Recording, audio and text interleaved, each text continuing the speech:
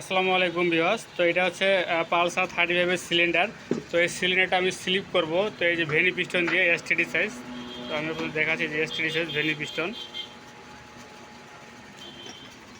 এই যে এই আমি লাইনটা তৈরি করব। তো আপনারা দেখেন যে আসলে লাইনটা মোটামুটি তৈরি হয়ে গেছে। তো এই যে মেশিনে লাইনারের কাজ চলতেছে। তো এই যে স্লিপের কাজটা আমি তৈরি করতেছি, প্রায় শেষই হয়ে গেছে, আর অল্প একটু বাকি আছে। তো আপনারা অবশ্যই ভিডিওটা একটু ধৈর্য সহকারে দেখবেন। তো আপনারা দেখেন আসলে আমি স্লিপে কীভাবে ফিনিশিংটা দিচ্ছি ফিটিং করে। তো আপনারা দেখেন একটু।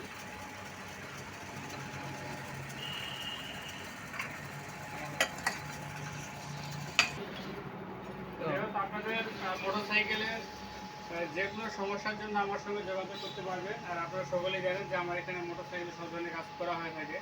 তো এটা আমি ডিসকভার পালসার 35 স্লিপের কাজ করতেছি।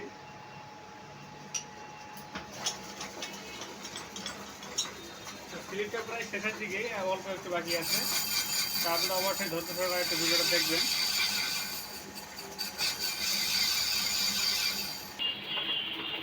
এই সিলিন্ডার তো আমার প্রায় এটা শেষের দিকে। তো আমি শুধু লম্বার মাপটা নিচ্ছি। লম্বার মাপটা নিয়ে আমি পিস করে দিব এটাতে।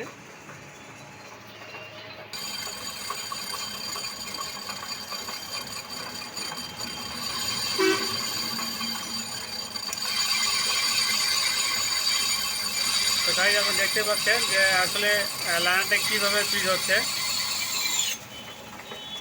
এই যে আপনারা দেখলেন যে আসলে সিলিন্ডার স্লিপটা আমি তৈরি করে ফেলছি। দেখি এদিকে দেখুন, এটা এখন এখানে আমি টাইট ফিটিং করবো। তো অবশ্যই আমি ফিটিং করাটা আপনাদেরকে দেখাচ্ছি, অবশ্যই আপনারা একটু সঙ্গে থাকেন। তো ভিউয়ার্স, এই যে এটা আমি এখন ফিটিং করব। তো আপনারা অনেকেই জিজ্ঞাসা করতে পারেন যে ভাই, স্লিপ ঠোকার সময় কেউ মোবিল ইউজ করে, আবার কেউ আঠা ইউজ করে। তো আমি পানি ইউজ করি। তো আমি পানিটা কেন ইউজ করি এটা জানতে চান, অবশ্যই কমেন্ট করবে যে আসলে আমি পানিটা কেন ইউজ করি, আমি কেন মোবিল দিই না, কেন আঠা দিই না, আমি পানিটা দিই। তো এটা জানতে হলে অবশ্যই আপনারা কমেন্ট করবেন যে আসলে এটা আমি কেন পানি এখানে ব্যবহার করলাম আমি এখানে।